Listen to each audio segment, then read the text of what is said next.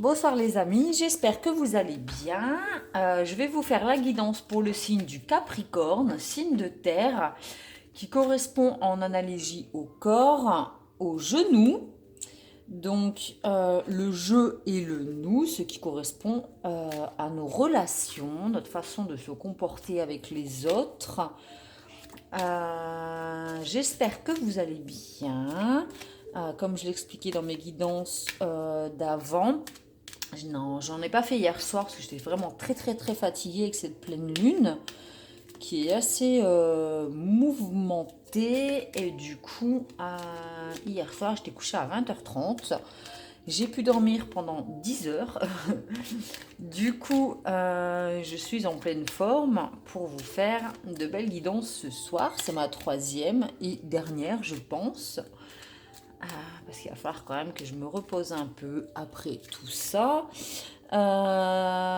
Si mes guidances vous parlent, vous pouvez vous abonner en appuyant sur la petite cloche en dessous de la vidéo et toutes pour recevoir les notifications à chaque fois que je poste des vidéos. Et aussi, si cette guidance vous plaît, vous pouvez mettre un petit pouce bleu pour me soutenir et ça fait toujours plaisir. Si vous souhaitez des guidances perso, vous pouvez me contacter sur mon site internet, sur ma page pro Facebook ou mon Instagram, toujours sous Pomme Plume, tarologue. Voilà. Donc là, je vais utiliser le Light Years Tarot et le cheminement de l'âme. Je tirerai une carte de ce dernier à la fin de la guidance pour faire une espèce de traduction, de conclusion au tirage. Voilà, c'est parti pour le signe du Capricorne, les genoux. Logiquement, nous en avons tous. Du coup, cette guidance pourra nous parler à tous. Et elle parlera de nos relations, du je et du nous. C'est parti. Hop. Alors, on a le jugement. Donc le jugement, ça nous parle d'une renaissance. C'est quelque chose qui était en nous et qui sort, mais qui sort vraiment vers quelque chose de beaucoup plus lumineux. C'est une version de nous-mêmes beaucoup plus lumineuse, légère, épanouie et positive. C'est des prières qui sont exaucées. C'est comme prendre une inspiration et expirer. Et là, on sort quelque chose qui était peut-être gardé en nous. C'est l'ancien qui devient nouveau. C'est vraiment une renaissance pour le Capricorne, donc dans nos relations. Je vais mettre la carte là pour pas qu'on la perde de vue. Alors, ensuite, on a... Je vais laisser le petit tas là. Alors, on a la carte de l'ermite qui représente une introspection. C'est un temps de pause, une retraite, se mettre en mode ermitage.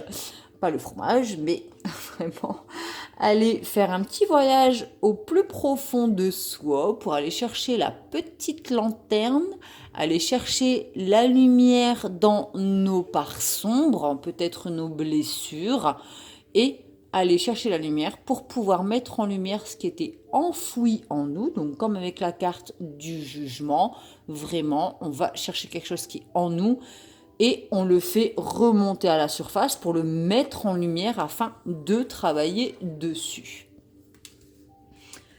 Ensuite, j'ai la carte de la roue. Donc la roue de fortune, l'abondance, la chance, c'est la fin d'un cycle pour un nouveau, c'est un redépart, un tournant dans notre vie. Donc c'est vraiment quitter un état d'être ou une relation, une façon de se comporter avec les autres et avec nous-mêmes, que ce soit professionnel, familial, relationnel au niveau des amis ou amoureux, sentimental dans le couple. En tout cas, il y a une renaissance, il y a un moment de pause et d'introspection pour remettre la machine en marche. On saisit sa chance, on équilibre les énergies entre le yin et le yang, donc la réflexion et l'action, le féminin et le masculin, pour entamer un nouveau chapitre.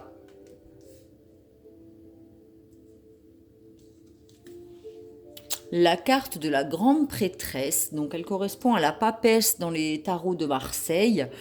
C'est vraiment une personne qui a le savoir, la sagesse, elle a la connaissance, elle a l'intuition, donc elle reçoit vraiment les infos. Par contre, il y a des choses qu'elle ne dit pas, elle se tait, elle a la bouche fermée et elle voit beaucoup de choses. Même en ayant les yeux fermés, elle a vraiment l'intuition avec le troisième œil, le sixième chakra et le chakra coronal, le septième chakra qui correspond au Wi-Fi qui se connecte à l'univers. Donc l'intuition, vraiment on capte des choses, on est intuitif, on sait beaucoup de choses, mais peut-être qu'on ne les transmet pas assez dans la relation. Peut-être qu'on n'est pas quelqu'un de très communicant ou qu'il y a des choses qu'on n'ose pas dire, qui n'osent pas être sorties. Et du coup, ça peut créer des silences et peut-être un enfermement dans lesquels, ou alors une solitude. On a peut-être l'impression de se sentir seul parce que soit on nous a pas dit certaines choses, soit on n'a pas su dire les choses.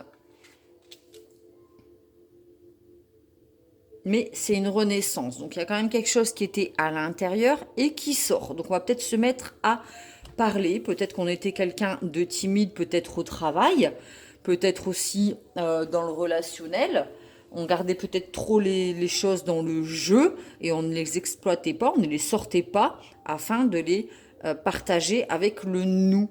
Donc peut-être qu'il y avait une espèce de timidité sur lesquelles on aura besoin de travailler pour pouvoir trouver un équilibre et être épanoui et transmettre son savoir et apprendre à s'exprimer justement dans nos relations. Ensuite, on a la carte du chariot. Donc, c'est une réussite. On en sort conquérant et vainqueur. On avance sur son chemin. On a réussi à allier les énergies yang et yin. Hein, ils sont attelés au chariot, ils vont dans la même direction. Alors parfois, on peut voir quand même constater que le yin et le yang ne sont pas totalement alignés. Donc il y a quand même un ajustement à faire. Comme vous voyez avec les roues qui vont dans différents sens, il y a besoin d'ajuster d'ajuster ses énergies pour éviter de partir dans n'importe quel sens. Donc il y a vraiment besoin de réfléchir à où on veut aller, comment s'aligner au niveau des énergies, peut-être mettre en avant nos qualités et peut-être aussi nos défauts dans nos profondeurs et peut-être équilibrer tout cela pour pouvoir être beaucoup plus aligné et avancer dans la bonne direction. Si c'est au niveau du relationnel sentimental, afin d'effectuer une renaissance au niveau du couple, il y aura besoin quand même de trouver un équilibre entre le fait de s'isoler et le fait d'apprendre à exprimer ses ressentis, ses intuitions pour pouvoir et équilibrer la féminine et le masculin dans le couple pour avancer dans la même direction parce que parfois la féminine elle a tendance à croire que l'homme va tout deviner, nos besoins, nos envies, alors qu'en fait c'est pas du tout le cas. Il faut oser exprimer, dire les choses, parce que tout ne se devine pas. On n'a pas tous l'intuition, on n'a pas tous une hypersensibilité à l'autre. Et du coup, on ne peut pas être bien entendu et écouté si on n'exprime pas correctement nos ressentis, nos besoins et nos envies. Donc pour avancer vraiment sur le même chemin et vainqueur dans la relation, il y aura besoin de faire un travail peut-être sur les paroles pour pouvoir relancer un nouveau cycle et effectuer un tournant positif dans le couple. J'ai la carte de la force, donc ça nous parle encore d'une espèce d'équilibre entre la force qui peut représenter le masculin, donc celui qui agit, et la douceur, la tendresse, l'intuition, la sensibilité, tel le petit agneau qui personnifie plutôt la féminine, la femme dans le couple. Il y a un cœur entre les deux, donc si on écoute son cœur, on arrivera à allier les deux énergies dans l'amour pour avancer sur le bon chemin dans le couple. Et si c'est professionnel, il va falloir faire un équilibrage aussi, trouver son équilibre dans le temps entre sa force et sa sensibilité, le fait de la réflexion et l'action. Donc réfléchir, c'est bien, mais si réfléchir et se taire et ne pas agir, ça vous mènera nulle part. Ça vous fera aller vraiment dans... Vous ne savez pas où vous allez, vous avancez, mais vraiment dans n'importe quel sens. Donc il y a besoin quand même de faire une espèce d'introspection pour réfléchir quand même où on va et dans quoi on a envie d'investir ses énergies au niveau professionnel pour avancer vraiment sur notre chemin sur lequel on se sent quand même aligné et équilibré et lumineux et sur lequel on pourra s'épanouir, s'exprimer et renaître.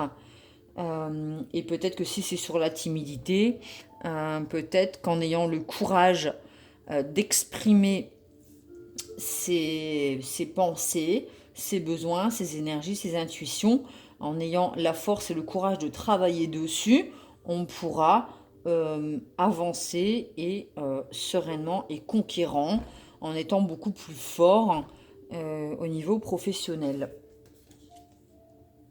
J'ai l'impératrice, donc c'est la créativité, c'est aussi l'intuition avec la lune. C'est la douceur aussi, on voit qu'elle crée son monde, elle est dans son monde. C'est quelque chose qui a besoin de sortir quand même. C'est bien d'avoir des projets, mais pareil, si ça reste en nous, enfoui, il arrive un moment où ça n'éclot pas. Donc il y a quand même quelque chose là, que ce soit relationnel, sentimental, familial, amical ou professionnel, il y a quelque chose on a une espèce de créativité, de passion, on a des choses qu'on a envie d'exprimer et il faut que ça sorte au bout d'un moment. Il y a peut-être un projet professionnel qui est en gestation et la grande prêtresse, c'est la papesse dans le tarot de Marseille. Elle a un œuf qu'elle couve mais qui n'éclot pas, c'est stérile. Donc en fait, il y a besoin vraiment de sortir les choses, d'oser. On prend son chariot, on avance, on a le courage, on a la force d'exprimer ce vers quoi on a envie d'aller, ses envies, ses besoins, sa créativité. On arrête peut-être d'être dans cet espace de solitude où on a peur d'exprimer, on a peur d'avancer, on a peur de réussir, on a peur du bonheur, on n'ose pas saisir sa chance. Et du coup, ça reste en gestation, ça reste stérile, ça n'éclot pas. Et du coup, on ne peut pas atteindre cette renaissance. Donc, naissance, renaissance, il y a besoin d'exprimer et de sortir son monde, ce que l'on est, parce que nous sommes tous un monde à nous-mêmes. Donc, dans nos relations, il y a besoin d'apprendre à exprimer, sortir ce qu'il y a à sortir, oser être, s'épanouir pour pouvoir vraiment renaître et donner une chance au jeu et au nous de s'accorder sur le même chemin pour pouvoir aller dans la bonne direction pour nous-mêmes, mais aussi pour les autres et avec les autres. Voilà, donc vraiment, pour le Capricorne, qui correspond au genou, donc au jeu et au nous, il y a besoin de passer du jeu au nous. Il y a besoin de ce que l'on a en nous dans le jeu, il y a besoin de le transmettre, de l'extérioriser, de l'exprimer pour pouvoir se mettre au monde et oser prendre sa place dans le monde. Voilà, voilà, je vais tirer une carte du cheminement de l'âme pour faire... J'oublie toujours ce mot, c'est bizarre, il m'échappe à chaque fois. La conclusion, voilà. Faut que je retienne la conclusion. Je vais tirer une carte. Oh, celle-là, elle est sortie. L'honnêteté. Bon, j'en ai plusieurs. J'ai l'honnêteté et le jugement à l'envers. Alors, l'honnêteté et le jugement. Donc, l'honnêteté, c'est oser dire, avoir l'honnêteté d'être soi, la franchise de dire les choses, d'extérioriser vraiment ce que l'on pense. Et le jugement à l'envers, peut-être qu'on a peur des jugements, justement. On a peur d'exprimer ce que l'on a envie, peut-être nos envies, nos besoins dans le couple. On a peut-être peur de se sentir jugé. Ou alors au travail, on est peut-être dans une situation où on est un peu refermé sur soi-même parce qu'on a peur du jugement d'autrui. Et en fait, il va falloir travailler là-dessus pour vraiment, il y a le jeu et il y a le nous. C'est vraiment la zone de confort, le jeu, son petit soi, on a son petit foyer, son petit cocon, on est bien avec soi-même. Mais voilà, il y a besoin de sortir de sa zone de confort et de passer du jeu au nous, vraiment transmettre son savoir et ce que l'on est à l'extérieur. Donc l'honnêteté, je ne peux m'attendre à ce que autrui dise toujours la vérité. En revanche, je peux avoir cette exigence vis-à-vis de moi-même. Peut-être que l'on se ment aussi à soi-même. C'est possible aussi. Peut-être qu'on a peur aussi de dire certaines vérités. Je vais lire l'honnêteté du coup pour avoir un peu plus de détails sur le message. Être honnête avec autrui est chose délicate. En général, on attend de nous que nous disions de pieux mensonges et nous espérons la même chose de la part d'autrui. Nul ne veut être blessé, mais parfois il est nécessaire d'être franc. Oser dire vraiment avec la grande prêtresse, il faut vraiment être franc. Oser dire les choses, extérioriser ce que l'on ressent. Nul ne peut clairement vous dire dans quelles circonstances une contre-vérité est plus appropriée, mais le plus souvent, l'honnêteté paye. Il n'y a que vous qui puissiez savoir en votre fort intérieur quand est venu le temps d'être complètement sincère. En tout cas, les seuls moments où il vous faut être absolument honnête sont quand vous parlez de vous. Vous devez toujours vous présenter sous votre vrai visage à votre entourage. Ce n'est qu'en étant vous-même que vous attirerez les personnes et les circonstances qui vous seront le plus profitables. Voilà, peut-être qu'on porte un masque, on montre une image de nous qui correspond pas vraiment à ce que nous sommes parce que nous avons peur du jugement, parce que ça reste quand même la carte de base du tirage, le jugement, la peur du jugement. On n'ose pas être qui l'on est. Du coup, on n'est pas honnête envers nous-mêmes et encore moins envers les autres. Donc, si on n'est pas déjà honnête dans le jeu, comment voulez-vous être honnête dans le nous par peur du jugement? Donc, on va lire la carte du jugement. Ça vous empêche vraiment. La peur du jugement vous empêche d'être honnête, franc et entier dans vos relations. Peut-être que vous arrondissez trop les angles, vous n'osez pas blesser les autres, vous êtes toujours dans le faire plaisir peut-être aussi, où vous dites, bon ben voilà, ça c'est peut-être pas des vérités pardon, qui sont bonnes à dire, donc il y a des vérités qui sont vraiment pas bonnes à dire, mais en tout cas porter des masques par peur de déplaire, c'est ne pas être honnête, c'est se mentir à soi-même en fait. Donc le jugement, c'est bas les masques, on ose être qui l'on est, épanoui tel que nous sommes, on a le courage et la force. Oui, on est fort, oui, on est dur, mais on est aussi sensible, hypersensible, dans la compassion, dans la douceur, et c'est pas une tare. C'est pas une tare. Faut vraiment apprendre, enfin, être se mettre au monde, oser, voilà, ne pas se cacher derrière un faux visage par peur du jugement en fait, vraiment.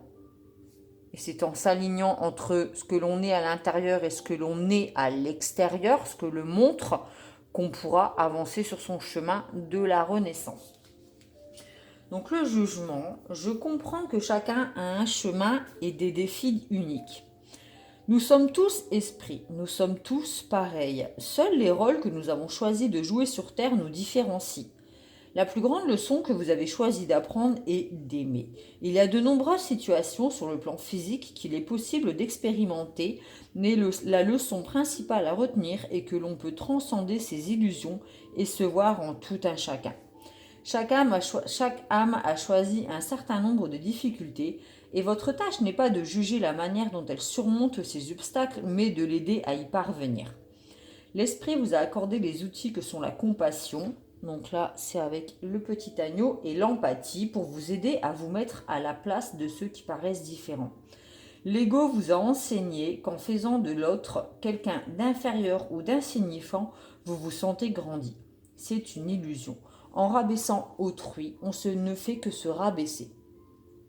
Apprenez également à suivre la règle d'or suivante. Je traite autrui comme je voudrais être traité. Chaque personne présente dans votre vie est là pour vous enseigner quelque chose à propos de vous-même. Acceptez la leçon avec amour et compréhension. Donc c'est vraiment la relation du jeu et de nous, de la personne peut-être qui fait effet miroir.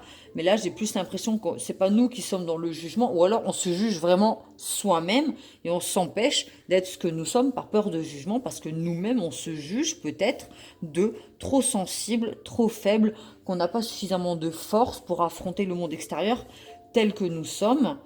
Et là, c'est pas en pensant que les autres sont supérieurs à nous. En fait, on ne fait que se rabaisser. Et il faut avoir conscience de ses défauts et ses qualités et de se montrer tel que nous sommes au monde. Après, c'est aux autres, la vie des autres n'est que la vie. C'est des autres. Le jugement, de toute manière, la personne qui vous juge, elle ment. Le jugement. À partir du moment où on est dans le jugement et qu'on juge une personne sur ce qu'elle est, on juge des parts de nous-mêmes qu'on ne supporte pas en nous-mêmes. D'accord? Quand on va dire « Ah, j'aime pas cette personne, elle est hyper égoïste », en fait, si on fait une espèce d'introspection avec l'ermite, on va se rendre compte qu'il y a des parts de nous-mêmes ou des situations et des relations avec nous-mêmes ou avec les autres dans lesquelles on est égoïste. Et c'est quelque chose qu'on réfute, c'est quelque chose qu'on ne veut pas voir en nous-mêmes et qu'on reproche à l'autre, alors que nous aussi, il y a des situations dans notre vie avec qui on est égoïste. On peut ne pas supporter l'égoïsme chez un autre alors qu'on est égoïste peut-être avec nous-mêmes. Peut-être qu'on a du mal à se faire plaisir, on est peut-être radin dans le plaisir envers soi-même et on ne le supporte pas chez l'autre parce que chez nous, c'est quelque chose qui nous dérange. Vous comprenez? Donc le jugement, on a tendance à juger chez les autres ce qu'on n'accepte pas en nous-mêmes. Donc c'est vraiment en faisant une introspection et en mettant en lumière ces parts d'ombre en nous-mêmes que l'on pourra cheminer et aller vraiment vers la lumière et vraiment naître tel que nous sommes, se montrer au monde tel que nous sommes, sans avoir peur du jugement, sans se juger soi-même et effectuer une renaissance. Oser être le je pour le nous, parce que comme je dis à chaque fois, tout est en nous, tout démarre de nous, ce qui se passe en nous se reflète à l'extérieur. Donc ce que je pense du je, ce que je pense de moi-même, automatiquement se reflète à l'extérieur. Si j'ai une mauvaise image de moi-même, si je me dénigre, si je pense que je ne mérite pas l'amour et la reconnaissance, automatiquement je vais attirer à moi des personnes qui vont mal m'aimer et ne pas me donner ce que je mérite. Alors que si j'ai conscience que j'ai de la valeur, que je mérite, que j'ai le droit si j'ai conscience de qui je suis et de ma valeur, si j'ai une estime de moi et un amour propre, automatiquement, je vais attirer des personnes qui respecteront la personne que je suis et qui auront de l'estime pour moi. Et je refuserai toute relation dans laquelle il n'y aura pas de respect ni d'amour. Voilà, donc j'ai vraiment l'impression que c'est un tirage qui part du soi vers l'extérieur, donc du je au nous, le genou, le Capricorne, signe de terre. Voilà, voilà. Ben, j'espère que cette guidance vous a plu. Si c'est le cas, vous pouvez mettre un petit pouce, ça me fera super plaisir. Et aussi vous abonner en cliquant sur la petite cloche. Je vous souhaite une belle nuit si vous écoutez cette guidance ce soir ou une belle journée si vous l'écoutez demain matin au réveil. Je vous fais des gros bisous et je vous dis à bientôt.